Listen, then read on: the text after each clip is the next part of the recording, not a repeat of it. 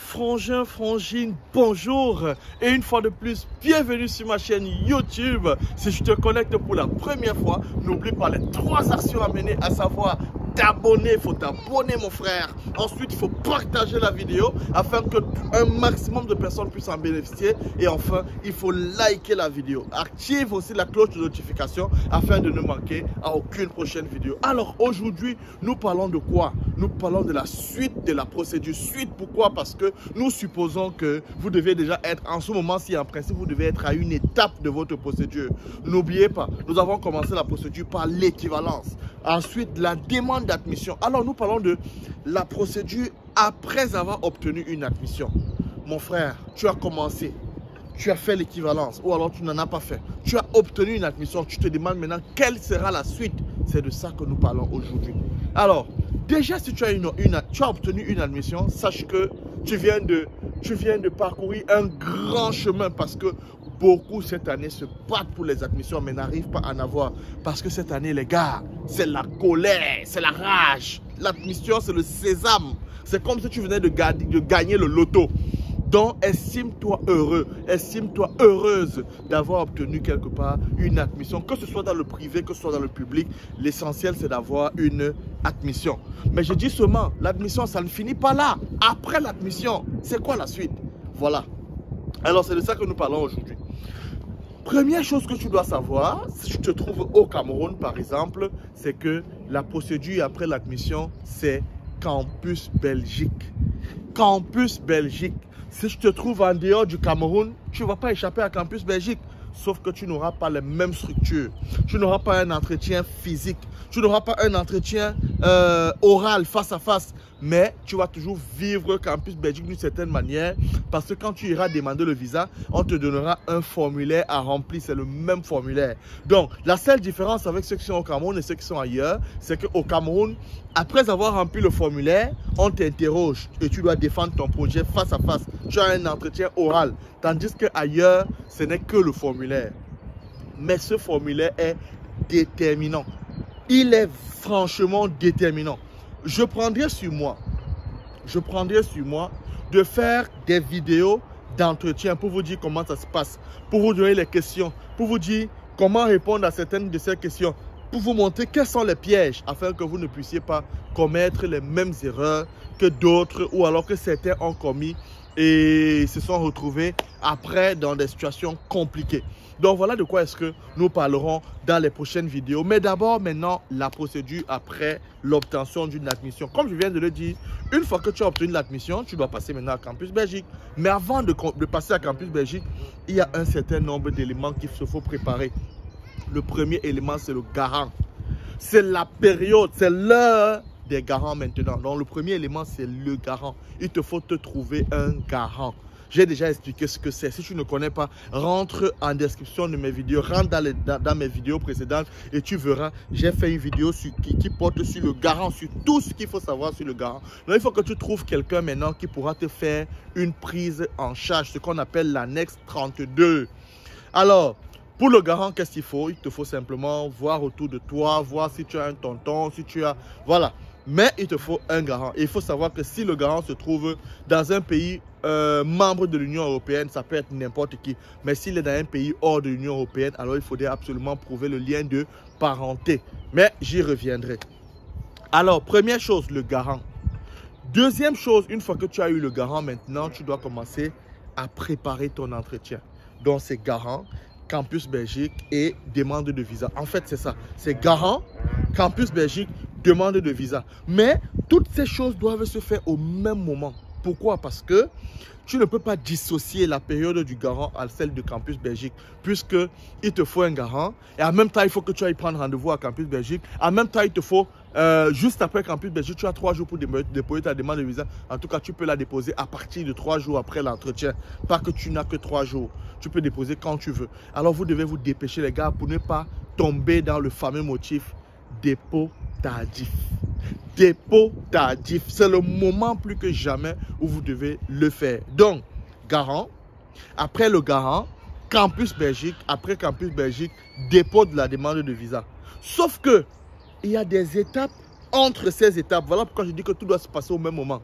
D'abord, tu dois commencer à réfléchir sur comment faire pour avoir le certificat médical.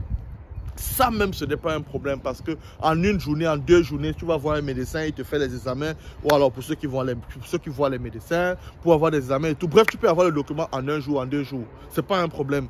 Mais il y a l'extrait de casier judiciaire. L'extrait de casier judiciaire. Ça aussi, c'est un document qui va te prendre au moins 3 semaines. Si tu es au Cameroun, je ne sais pas trop comment ça se passe ailleurs, mais si tu es au Cameroun, ça te prendra au moins 3 semaines. Ailleurs, ça vous prendra aussi du temps. Donc, il faut d'abord aller dans la ville dans laquelle tu es né pour faire l'extrait de casier judiciaire. Ensuite, tu vas aller légaliser au Minerex et enfin, tu vas aller à TLS qui va transférer à l'ambassade de Belgique dans le pays dans lequel tu te trouves. Vous vous rendez donc compte qu'il y a des étapes avant d'obtenir le document même que l'ambassade veut. Donc, l'extrait de casier judiciaire signé d'abord dans le lieu où tu es né, ensuite au ministère des Affaires extérieures et enfin dans la localité où tu vas en quelque sorte en fait, à l'ambassade de Belgique dans le pays dans lequel tu te trouves. Donc, voilà en fait les étapes. Mais je ferai une vidéo explicative pour chacune de ces étapes. Alors, casier judiciaire, Campus Belgique, garant. Il te faut aussi, je l'ai déjà dit, il te faut aussi l'assurance. Tu dois prendre maintenant, dès à présent, tu dois déjà contacter une compagnie d'assurance. Vous voyez qu'il y a beaucoup d'éléments à mettre en place avant la demande de visa. Donc, tout ça doit se passer au même moment. Ça va être comme un bloc. Donc, c'est le moment plus que jamais où vous devez être actif pour que votre dossier soit prêt et que vous le déposiez à temps. Alors, pour me résumer, tu as obtenu une admission. Tu prends ta lettre d'admission avec le scan de ton passeport. Tu envoies à ton garant. Il va dans l'ambassade de Belgique, dans le pays dans lequel il se trouve. Il va déposer pour pouvoir avoir l'annexe 32. Donc la prise en charge, il sera convoqué pour signer la prise en charge. Faites attention aux garants qui se trouvent en Belgique. Faites attention. Je vous aurais conseillé de prendre le garant partout. Même en Côte d'Ivoire, même au Sénégal, au Ghana, je ne sais pas où. Par rapport aux garants que vous prenez en Belgique, faites attention. Mais comme je l'ai toujours dit, regardez ma vidéo sur les garants. Si vous avez confiance, si vous connaissez la personne, il n'y a pas de souci. Sinon, faites attention. Donc, le garant, et actuellement, la procédure pour le garant en Allemagne, on est déjà presque à 1 mois. En France, vous avez peut-être 3 semaines. Au Luxembourg, peut-être 2 semaines. Ainsi de suite. Donc, vous voyez que ça va vous prendre un peu de temps pour pouvoir avoir ce document. Mais vous n'êtes pas obligé d'avoir ce document avant de passer à Campus Belgique. Mais vous devez quand même connaître déjà, si la personne, le garant a déjà introduit la demande, alors vous prenez les informations sur le garant et vous pouvez passer à Campus Belgique avec ces informations-là. Deuxièmement, il faut trouver un moyen de récupérer vos originaux au service des équivalences, si vos originaux ils sont encore et si votre demande d'équivalence a déjà abouti, vous devez prendre un moyen de prendre rendez-vous et de récupérer vos originaux. Enfin, donc, comme je le disais tout à l'heure, le garant.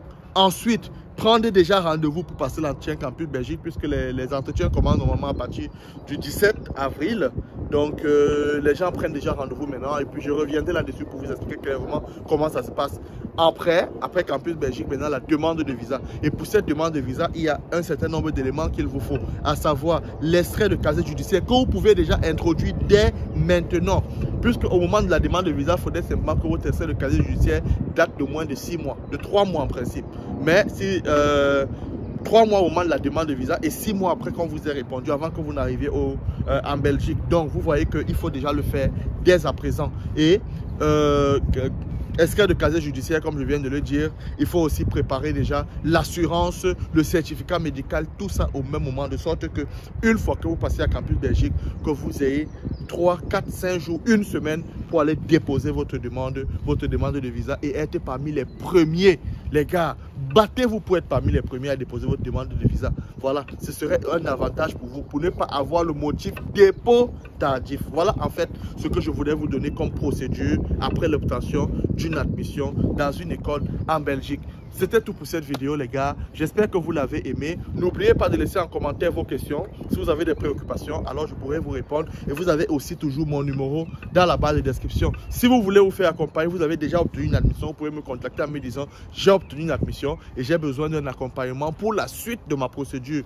Ça aussi, on peut vous aider, on peut vous accompagner pour que vous puissiez mener à terme ce beau projet que vous avez si bien commencé. Bonsoir à tous et bon début de semaine, bon début de week-end en fonction de la journée à laquelle ou bien du jour auquel vous allez recevoir ma vidéo, du jour auquel vous allez voir ma vidéo. Bonsoir, bonjour, tout ce que cela comporte. Portez-vous bien, je vous aime gros comme ceci. Merci.